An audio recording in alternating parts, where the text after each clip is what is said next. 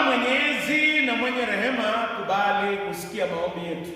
Ututie moyo katika mkutano huu wa Kama Symposium. Nena pamoja na kila mmoja wetu kwa mkutano wetu wa Dinari ya Waitaluka. Kwa jina la Mungu Baba, Mwana na Roho Mtakatifu. Amen. Keti chini tafadhali. Wanaume wote wa Kama hoye!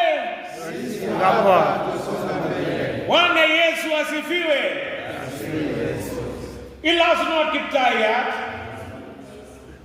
Mwami Yesu afume. Bwana asifiwe. Leo wapendwa, nataka kuambia katika hii dunia ambayo tunaishi, mwanaume ni majukumu. Mwanaume ni majukumu. Haya majukumu hata ukatae ukubali, hakuna mwingine atafanya, ni wewe. Kwa hivyo kuko na wanaume aina mbili. Kuna wanaume wenye wanatoroka majukumu na kuna wale ambao wanasimama na kukabiliana na majukumu ambaye yako mbele yao. Kanisa, kila wakati mtoto akifukuzwa school fees, hata kama mama yake anajua mzee hana pesa, atamwambia nenda mwambie baba yako. Nataka niwaambie, mwanaume ni majukumu. Mwanaume ni kuvumilia. Mwanaume ni kuongoza watu.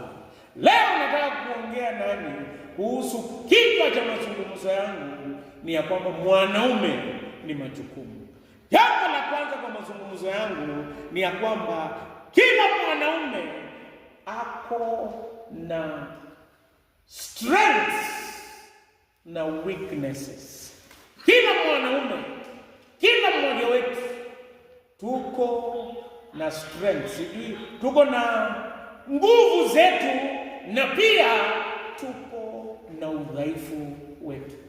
Leo nataka kusema ya kwamba nguvu za mwanaume namba 1, yeye ana kitu cha kwanza ambacho kinaonyesha positive side ya mwanaume.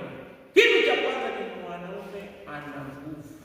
Ukitaka kufanya chochote inawezekana kama mwanaume, kwa sababu wewe una nguvu.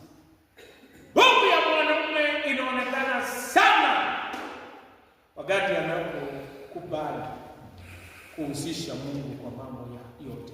Daudi alijulikana kama mwanaume ambaye alikuwa na ujasiri na nguvu.